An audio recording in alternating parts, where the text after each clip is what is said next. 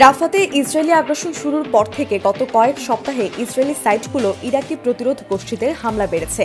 এরই ধারাবাহিকতায় ইসরায়েলি গুরুত্বপূর্ণ লক্ষ্যবস্তুতে নতুন করে ড্রোন হামলার দাবি করেছে ইরাকের ইসলামিক রেজিস্ট্যান্স।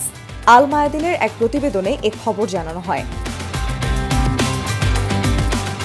এক বিবৃতিতে গোষ্ঠীটি জানিয়েছে, শুক্রবার সন্ধ্যায় ইলাদ বন্দরের একটি গুরুত্বপূর্ণ স্থানে এই হামলা চালানো হয়েছে।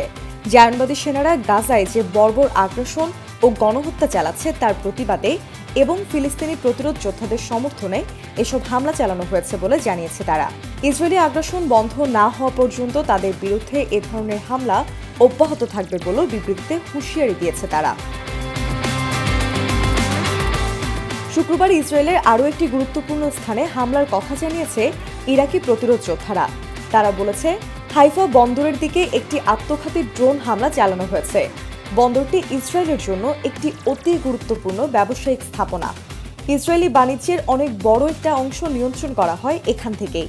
শুধু এটিই নয়, শত্রুর শক্ত ঘাঁটিগুলো ধ্বংস না হওয়া পর্যন্ত তাদের এসব হামলা অব্যাহত থাকবে বলেও জানিয়েছে তারা। ইরাকি প্রতিরোধ গোষ্ঠী বলেছে, এই অপারেশনটি তাদের দ্বিতীয় পর্যায়ের অভিযানের অংশ। এই অপারেশনগুলো মূলত ইসরায়েলি শাসকদের অর্থনৈতিক কার্যক্রমে বাধা সৃষ্টি করার উদ্দেশ্যে করা।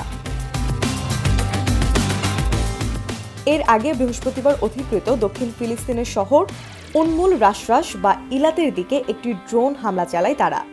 এই হামলার ঘোষণার কিছুক্ষণ পরেই তাদের যোদ্ধারা হাইফা বন্দরের কাছে গুরুত্বপূর্ণ স্থাপনাগুলোর দিকে দুইটি আল আরকাব ক্রুজ ক্ষেপণাস্ত্র নিক্ষেপ করে।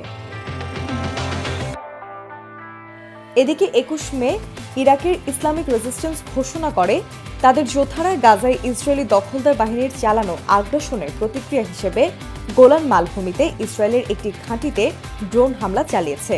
গোষ্ঠীটি জোর দিয়ে বলেছে, তারা ইসরায়েলি গুরুত্বপূর্ণ সাইটগুলোতে আক্রমণ চালিয়ে যাবে। তারা বলেছে, 17 অক্টোবর থেকে গাজায় ইসরায়েলের আগ্রাসন শুরু হওয়ার মাত্র 10 দিন পর থেকেই প্রতিরোধ লড়াইয়ে যোগ দিয়েছে এবং তা যুদ্ধ বন্ধ না হওয়া পর্যন্ত চলবে। গত 7 অক্টোবর ইহুদিবাদী ইসরায়েল অবরুদ্ধ গাজা উপত্যকায় বর্বর আগ্রাসন ও গণহত্যামূলক যুদ্ধ শুরু করলে ইরাকের প্রতিরোধ যোদ্ধারা এর বিরুদ্ধে রুখে দাঁড়ায়।